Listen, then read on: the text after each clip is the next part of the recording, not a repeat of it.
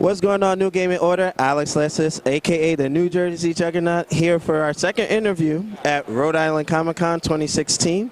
Now, my girlfriend ended up looking at some of this artwork over here, and then I remember I've seen this gentleman before at New York Comic-Con some years back, but I'm bad with names, but I don't forget faces, so I'm going to turn it over to him.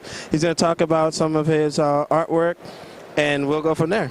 How's it going? So my name is Travis Gibbs, and my project is the Antai Hirow Project, and it's about a graffiti writer who's instigating rebellion in a corporate police state.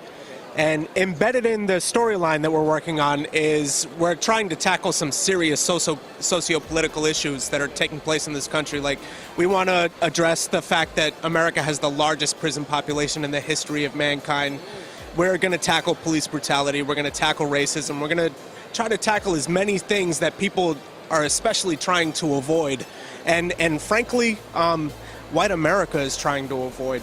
And this is one of the ways. I think art is one of the fastest and most effective vehicles for influencing social change. I mean, take a look around. Everybody is dressed as a character that they identify with. So I'm trying to embed a meaningful message in a piece of entertainment that's original, that hopefully will make people think, and hopefully address some serious issues on top of that.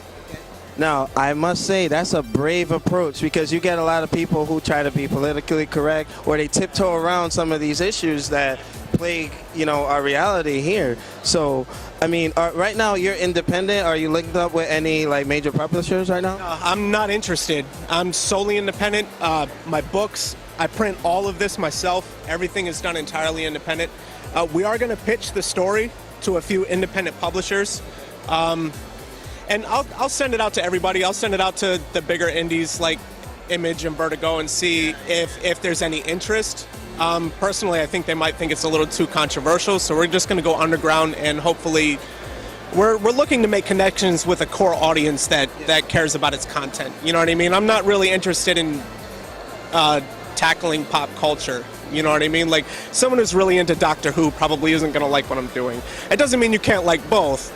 But based on, the interactions that I've had today, people's eyes glaze over and they just kind of excuse themselves from the conversation.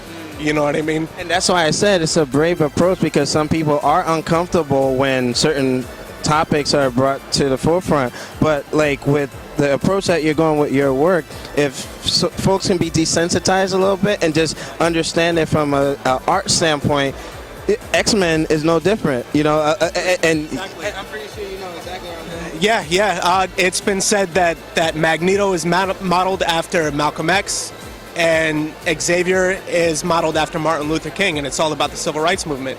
And the whole thing with the mutants being persecuted and so on and so forth. If some folks kind of look deeper into some of the stories, they can see that, and that's why I'm giving you a lot of praise for going that route with your work. And I think I'm going to start following, and with my Newgamingorder audience, I'm going to put a link in the description below, and yeah, I got to keep an eye on your stuff. I think you're onto something. I appreciate it. I think it's going to be a slow climb, but I'm in it for the long haul. I think it'll take some time for people to warm up to what it's really about and what we're doing. And I'm a huge fan of moral complexity. I'm not trying to paint one side any better than the other. You know what I mean? Like just to go into some detail, like, for instance, with this image right here, and my art book, which serves as the origin story for all of this, goes into detail explaining it. But the character himself is someone who's a very isolated person, a quote-unquote conspiracy theorist. He's a vandal and a saboteur, so a lot of, the more conservative people in his country would view him as a domestic terrorist. And the funny thing about the figures of authority, they're all robots, but that's a projection. That's how he perceives the status quo. So when he's faced with opposition, he doesn't even see them as people. He sees them as robots, so he has no problem doing harm. So this is going to be a very morally complex story, which kind of makes the audience, it puts them in the uncomfortable position of choosing a side, basically. You know what I mean? Or just taking a step back and just being an objective observer and And I look forward to hearing how other people describe it to their friends if it catches on. You know what I mean? Okay. It's all about creating discussion. And you know what? Similar to the Matrix, where some people, you know, you leave a lot to interpretation, it creates an interest, and then it gets a buzz, and like you said, the discussion will go a long way. But for the sake of time, I want to thank you for your time to, you know, talk about your story here. And any final words? Hey, not a problem. And any final words for our audience? Just my belief that art is the fastest and most effective vehicle for influencing social change, and big ups to anybody doing their own thing. Amen to that. Thank you for your time. I'll be looking out for your work. Like we got your business cards, and we're gonna put the link to his website, so you can just click that on YouTube, and we should be good to go. But again, thank you so much. We'll see you guys next time.